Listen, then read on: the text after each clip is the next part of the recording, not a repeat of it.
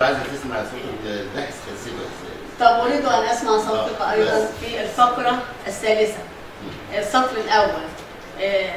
اقرأ السطر الأول كده بعد إذنك. مما سبق أيوه. مما سبق فالمعتقد الرئيس لفلسفة المنظمة المتعلمة هو أن كل فرد في المؤسسة هو صانع للمعرفة، يتعلم باستمرار وينقل المعرفة إلى الآخرين. شكرا. كلمة صانع لست أدري لماذا يمكن أن نستبدلها بكلمة أخرى. تفتكر ما هي؟ عادي. هم بيسموها عمال المعرفة. تمام. كويس.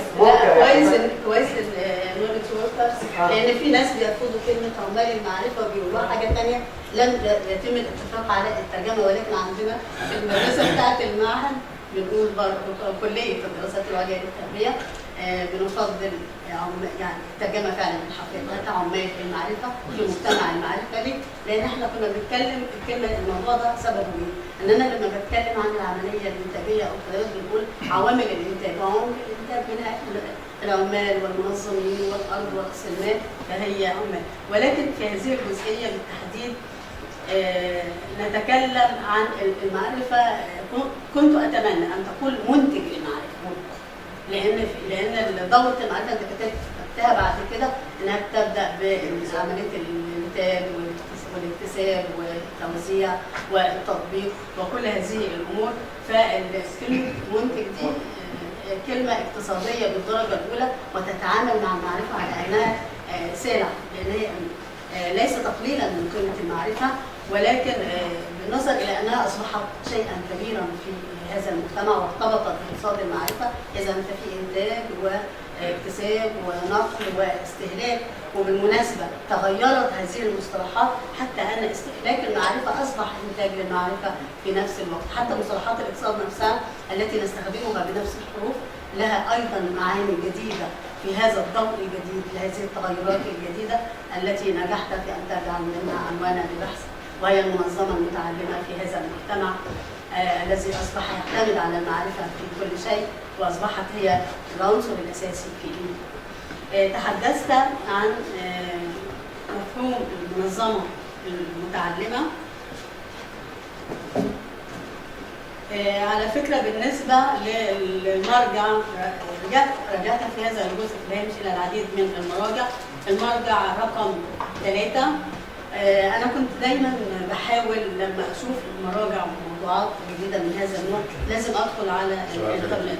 37 لازم أدخل على الإنترنت عشان أشوف المراجع اللي أنت بترجع لها، وبحاول أستفيد وفي نفس الوقت أشوف الجديد في هذا المجال. هو الحقيقة بالنسبة للاسم المانجرز يعني في كلمة أنت يعني بدل الإيه الحرف اللي هي ريزينيكال فيها تحط إيه آي إن بدل الإيه آي. أنا كاتبها لك على فكرة إنه صعب الإيه من خلال الكلمات أنا كتبتها لك، لكن إذا قدرت تحط الموقع بتاعها. هل يعني انا لاحظت برضه ان في الرساله كلها ان انت ما كتبتش مواقع انترنت، رغم ان في حاجات موجوده وهي موجوده على الانترنت. ليه ما كتبتش المواقع ولا حطيت في قائمه المراجع المواقع؟ هل ده نوع من عدم الاعتراف؟ انت رجعت لها اساسا من النت ولا من حاجه ثانيه؟ في حاجات رجعت بس كان الملف PDF يعني مظبوط يعني كما زي سكانر يعني بس هو في المجال يعني انت كده بتعتبر ان انت ما دام هو PDF بيبقى مفيش مشكله. بس انا من وجهه نظري انا ببقى عايزاك تعرف الباحثين ان هي موجوده عندك، عشان انا بدل ما اقعد ادور في المكتبات او داخله على. تفضل. انا لا اعترف بالنت اطلاقا، لان انا هكتب اللي عاوز اقوله، فهي مصادر غير موثوق بها، وكل من يكتب من نت بشطب عليه، وفي نفس الوقت بطالب الطالب او الطالبه لان هي تلجا الى المصادر الاصليه. انما انترنت انا اقعد على مكتبي واكتب اللي انا عاوزه. لو كلام حضرتك سليم جدا. انا برضو لما الاقي حد داخل على مواقع المنتديات فعلا لكن الPDF بلاقيها نفس النسخه. هي بس الاستثناء كل من يكتب في المنتديات في اي مكان الانترنت ولا غير واثق في كلامه؟ بيبقى غير موثق. الكلام ده لكم انتم. ما هو اي فعلا واحد خاص بالنقل رساله مالكش دعوه بالانترنت اطلاقا، لان انا قاعد بكتب على كيف غير موثوق به اطلاقا، غير موثوق به اطلاقا. وعندي طبيبه بقى 6 سنين قاعده الوقت بقى لها اكتر من شهرين عشان تغير النت ده باي حاجه ثانيه، وهي محتاره لان جابت النت وخلاص وعرفت على كده. إضافة إلى غير موثوق به. كلام حضرتك، لما دكتورة نجوى بتقول عشان الباحثين يستفيدوا، لما بيجي يرجع تاني للموقع اللي حضرتك بتقول عليه بيكون اتغير، خصوصا في المنتديات فعلا بيبقى دي ما بنرجعلهاش خالص. احنا عشان كده انا برضو من انصار ان انا ما برجعش الى مواقع النت خالص. النت تماما، ودي عيب فلا استفاده للباحث ولا استفاده في اراء كتيره، في اراء كتيره الحقيقه في الموضوع ده، بس لو حضرتك لقينا نسخه طبق الاصل زي اللي موجود على الرف وموجوده في يا رب في النت، تجيب المصحف عاطف عليه ماني معترف بيه انا على نفسي والله. والكلام ده لكم، الكلام ده لكم، فمن اي حاجه خاصه بالانترنت تجنبها مباشره، بدليل ان انا لو جيت في زمن في التوقيت ليها تتغير حسب التوقيت نحط التاريخ هو البحث المطلوب كده بيتغير. رفع بالتاريخ. فانسوا الموضوع انك انت تقدم رساله فيها انترنت. حتى لو الموضوع ده محتاج دقه شديده. لا ده اكيد محتاج دقه، ومش كل حاجه في، حتى في ناس بيرجعوا للويكيبيديا دي على طول ما ينفعش الكلام ده. وعرفت ان في كليات والرساله بتتناقش ورجعوا للويكيبيديا ما اعترفوش بالرساله واتلغت الرساله. ولكن هي النقطه بس اللي انا كان قصدي عليها لما يكون نفس النسخه اللي موجوده على ارض المكتبات هي اللي موجوده. هي فعلا يعني هي وجهه نظر، وانا بحترم وجهه نظر حضرتك. شكرا. بس انا نفسي بلجأ برضه للنت عشان اكون صديقه. لا انت عشان توفري على الباحث انه يلمع الضغط. لا حضرتك بتكلم عن نفسي. لا ده انا بوصل لحاجات. لا انت الباحث هيبقى مسؤول بوصل عن الحاجات دي. هيبقى مسؤول عن القسم. ما هو لازم فعلا يلف كل المكتبات. لازم يتعلم. ايوه. انت قاعد تكمل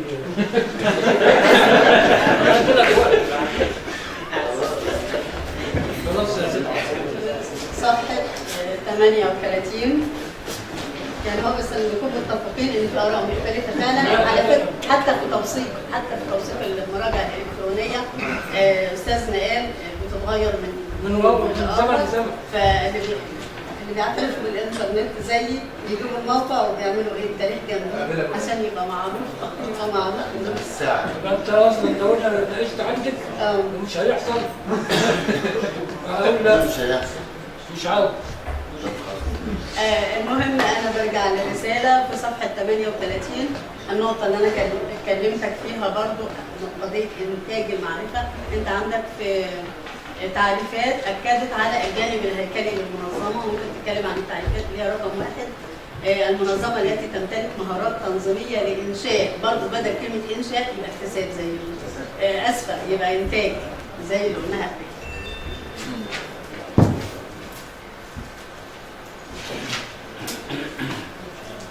صفحة 40 أنا قلت في البداية في الشكر في الرسالة إن أنا الأخطاء المطبعية قليلة، وكانت من الرسائل المريحة اللي ما فيهاش نوع من القلق أو الإزعاج، يعني حاجات محدودة ومعدودة على اليد الواحدة.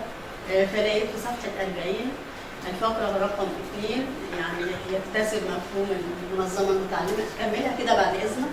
أهمية لدى الأكاديميين والممارسين لازدياد لدى المنافسة بين المنظمات والمؤسسات على اختلاف مواضيع ارتقاء خاص أو عام. هل أنت مقتبسها بين علامتين تنصيص من حد؟ لأن أنا بتصور على اختلاف أنماطها. يعني هي ممكن تمشي نمطها لكن هي مقدمة من دي. يعني مش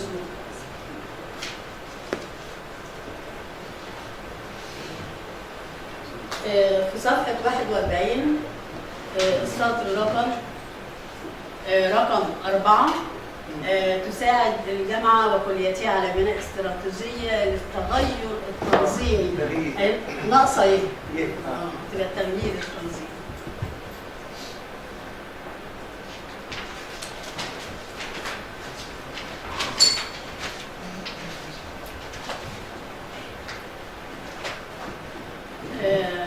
في هذا الفصل في جزء الحقيقة جزء ممتاز ومتميز وفي جهد كبير جدا.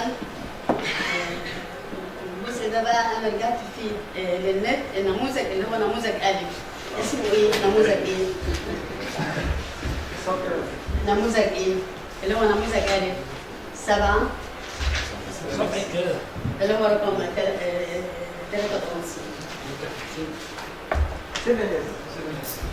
بس ده له اسم يعني ماكنزي. بالظبط. طب ليه ما كتبتش برضه؟ هو متداول في المنظمه المتعلمه دايما يقولوا عليه سيف الناس، لكن الشركه اللي عملته ماكنزي تمام بيعملوا برضه بيقولوا ماكنزي موديل، وبيستخدم برضه ايه في جوانب اخرى من الاداره. هل هو ده النموذج اللي انت اعتمدت عليه في الميداني ولا اصل انت في اخر الفصل كتبت ان انت اعتمدت على نموذج وزع في الميدان عناصر الميدان كلها يعني هو متوزع عليها هذا الموضوع. لكن صفحه 64 كنت تقصد نموذج اخر ولا نموذج مختلف عن نموذج ماكنزي؟ 64 في الفقره الثانيه. ومن خلال هذه النماذج تم تحديد هو النماذج يا استاذ خدت منها المقومات خدت منها اللي ربطتها بالفصل اللي بعد كده. لكن نموذج ماكنزي هو اللي اعتمدت عليه كهيكل ان احنا نبص بشكل الوحده نفسها من خلال السبع ابعاد.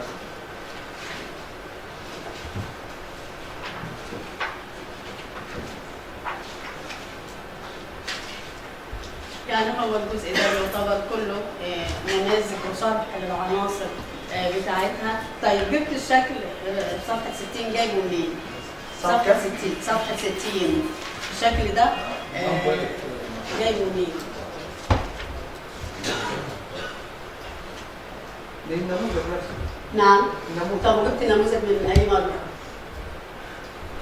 المرجع مكتوب اللي هو رازا. يعني صورته؟ يعني خدته صورة. هو اصل هو فعلا بس لا بس انا كتبته بعدين. مش واضح قوي. كتبته عشان هنا عربي لان هو كان مكتوب بالانجليزي فقط فانا غيرته. يعني خدت نفس النموذج نفسه. صورت كده من الكتاب نفسه. من الكتاب نفسه بس بعدين شفت يعني كلمت الانجليزي وحطيته عربي بس كتبته بايه؟ كتبت هي ايه؟ ده اللي خلاني احس ان في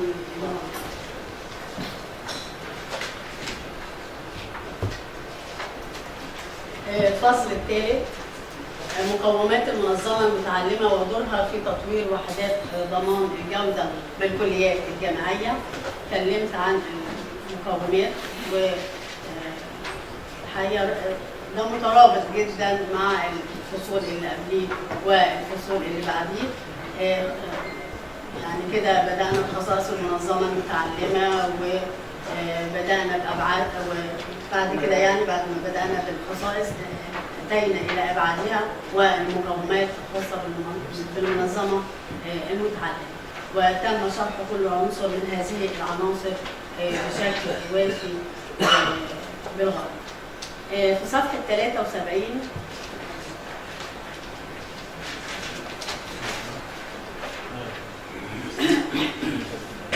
يعني عن التعلم التنظيمي هناك أيضا ما يسمى بالكفايات الأساسية للتعلم التنظيمي، يعني مرتبطة بهذا الموضوع كان يمكن إضافتها في السياق.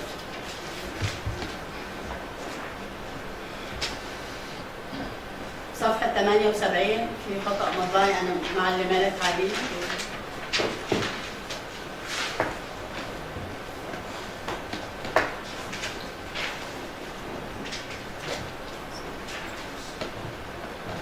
في صفحة 85 بتقول تتكون التنمية المهنية المستدامة من 3 عناصر هي التدريب المهني. أنا بستفسر بس مجرد استفسار عشان أشوفك عارف الفرق ولا لا. التدريب المهني والتعليم المهني والدعم المهني، ما الفرق بين التدريب المهني والتعليم المهني؟ يعني في القصر والطول في المده في المدة بس فقط، مفيش اي حاجه تانية. ده الحاجة الأساسية اللي هم بيطلعوا بيها. يعني دايما التعليم المهني بنتكلم فيه على الاساسيات بشكل اكبر. التدريب اقرب ما يكون من عمليه التلمذه المهنيه، وبركز فيه على اكتساب المهارات، والا ما كانوش عملوا ده لوحده وده لوحده. يعني في فرق بين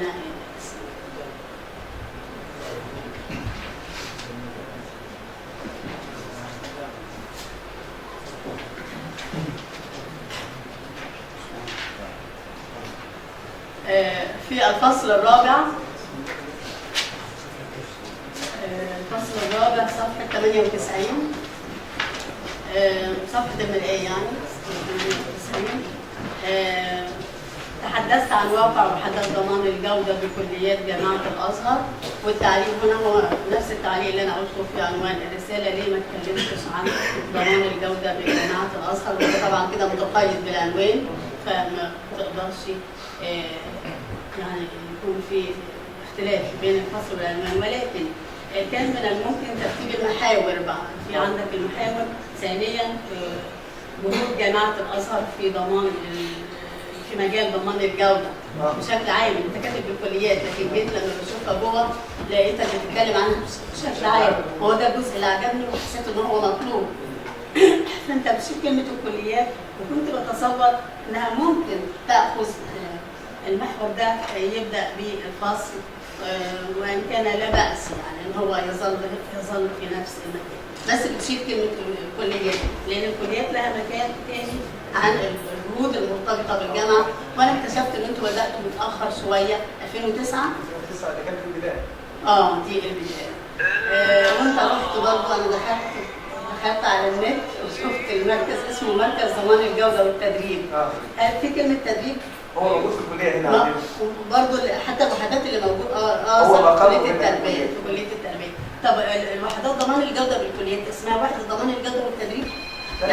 نفس الاسم اللي هو للمركز؟ لا، هي وحده ضمان الجوده بس لكن المركز على مستوى الجامعه هو في 3 نواب، في نائب الجوده ونائب التدريب ونائب المعلومات بنفسه، المركز الكامل. تمام. فهو الوحدات وبيدي دورات تدريبيه وتركيز اعضاء. هو ده الفرق في المسمى دكتوره بعد اذنك.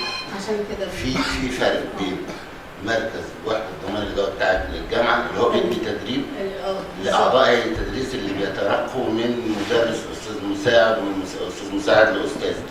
في فرق بين مركز تنميه القدرات. معلش هو ده. لكن وحدات ضمان الجوده اللي في الكليات ده لها شغل تاني، وده اللي معني به البحث، وده اللي معنيه به الرساله. هو على اساس ان احنا في فرق ما بين في جامعه القاهره بيبقى على نفس الاهداف اللي موجوده. هي نفس الاهداف اللي موجوده في الكليه، وبتصب في النهايه في الوحدات. بس هو بيزيد في مركز وحدات، بيزيد التدريب. ايوه بيزيد التدريب. عشان احنا عندنا مركز لتنميه القدرات، وكمان مركز ضمان الجوده بيدي تدريب ولكن مرتبط بالجوده فقط. فهي فعلا. معلش انا اسف يا دكتوره. لا بالعكس، ده حاجات ان انا بستوضحها عشان نعرف الفرق بين جامعه الازهر وكليات جامعه الازهر وايضا الجامعات الاخرى. انت لم تشر الى الجامعات الاخرى؟ لا، يعني هو كان على كلام وايضا الى الهيئه القوميه لضمان الجوده والاعتماد الى اشارات في اتفاقات اصلا بروتوكولات.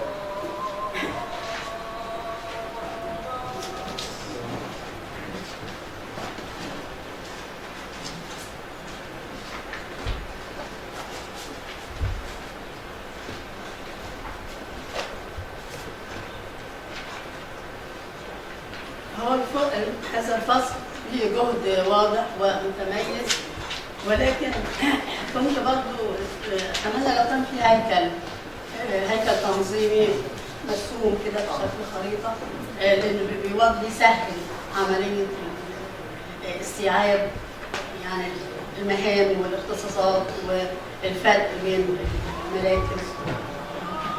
المقام ده شاذ. التصور هنا في الفصل نفسه. انت عامله فعلا ومبتدي بالجامعه، وده اللي خلاني اقول لك ليه ما حطيتش في العنوان الجامعه وعامل الاختصاصات. بس انا كنت عايزه الواقع القائم اللي هو حاليا على اساس اعرف ان انت طورت وصلت اليه.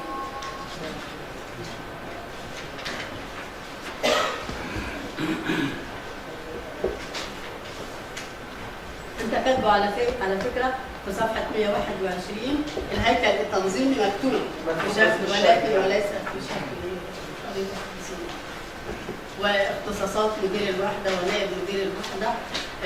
وانتقلت ايضا الى الكليه التي كان عليها الثقل الاكبر والتركيز في هذا الموقف.